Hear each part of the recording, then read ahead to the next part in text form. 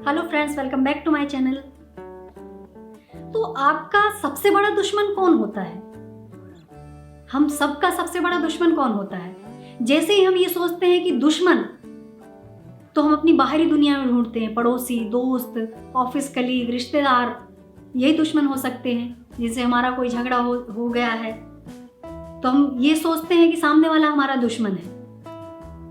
पर मुझे लगता है कि हमारा सबसे बड़ा दुश्मन हम खुद होते हैं। क्योंकि जब तक आप सामने वाले की जो भी प्रतिक्रिया है, सामने वाले का या अपमान कह लो या कोई झगड़ा हो रहा है, कोई कहासुनी हो रही है जो आपको इफेक्ट कर रही है, आपको प्रभावित कर रही है, तो आप ये भाव अपने अंदर ला रहे हैं कि सामने वाला आपका दुश्मन है, आपको उससे ईर्ष्या हो रही है, आप उससे बदला लेना चाह रहे हैं, प्रतिशोध की भावना जागृत हो रही है या आपको उससे जलन हो रही है।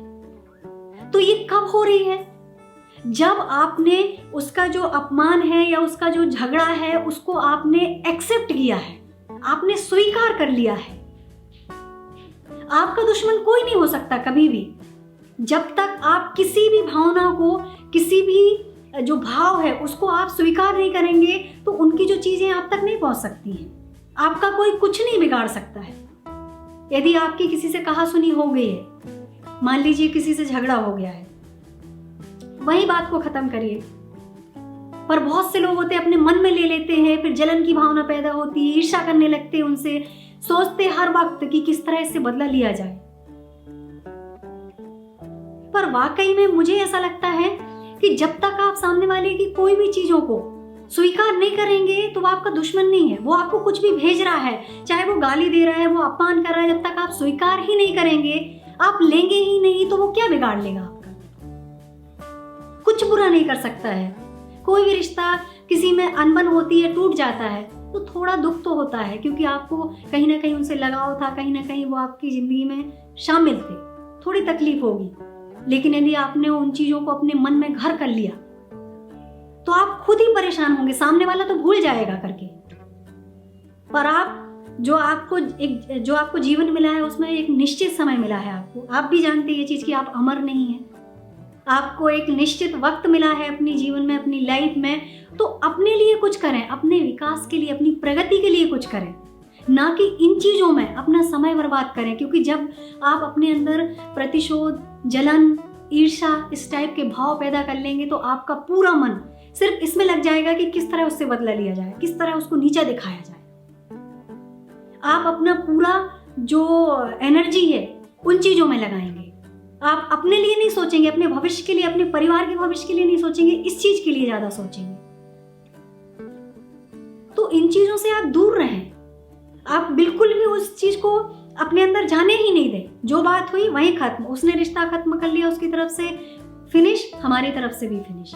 कुछ गुंजाइश है, कोशिश कर लीजिए कि एक हो सके, रिश्ता ना टूटे किसी भी जगह। और कई लोगों का तो ये भी नेचर होता है कि वो लड़ाई झगड़ा तो छोड़िए, किसी की कोई प्रगति कर रहा है, कोई आगे बढ़ रहा है तो उससे भी ईर्ष्या करने लगते हैं, जलन करने लगते हैं, अपने अंदर अलग तरह की भावना पैदा कर लेते हैं और मन ही मन अपने अंदर आग लगाते रहते, घुटते रहते हैं और अपने जीवन में कुछ नहीं करेंगे, बस उसके पीछे पड़े रहेंगे कि सामने वाले को कैसे नीचे दिखाएं, सामने वाले का कैसा बुरा करें, किस तरह उससे बदला ले लें। ऐसे लोग भी हैं जीवन में जो अपने बारे में न सोचकर दूसरे के बारे में ज्यादा सोचते हैं, दूसरे का बुरा करने के बारे में ज्यादा सोचते हैं।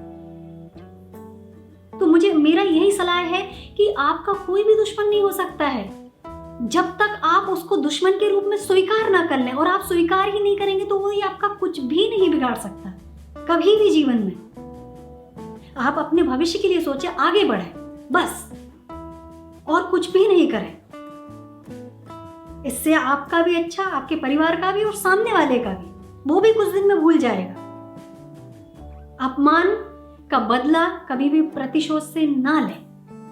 अपमान का बदला इस तरह लें कि आप अपने अंदर इतना विकास ले आए, इतने ऊंचाइयों को छू लें कि सामने वाला दोबारा कोशिश ही नहीं कर सके आपका अपमान करने की।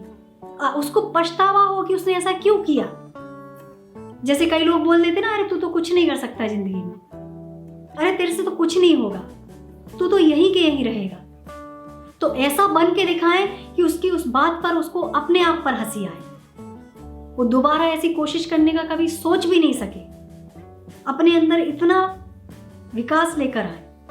तो आपको यदि मेरा वीडियो पसंद आया हो तो प्लीज़ लाइक करें, कमेंट करें, चैनल पर नए हो तो सब्सक्राइब करें, बेल आइकन को प्रेस करें ताकि आने वाले वीडियोस का आप तक नोटिफिकेशन मिल सके, और भी लोगों को शेयर करें ताकि मेरे विचार और भी लोगों तक पहुंच सकें। फिर कल मिलते हैं एक नई सोच के साथ नए वीडियो में। Thank you.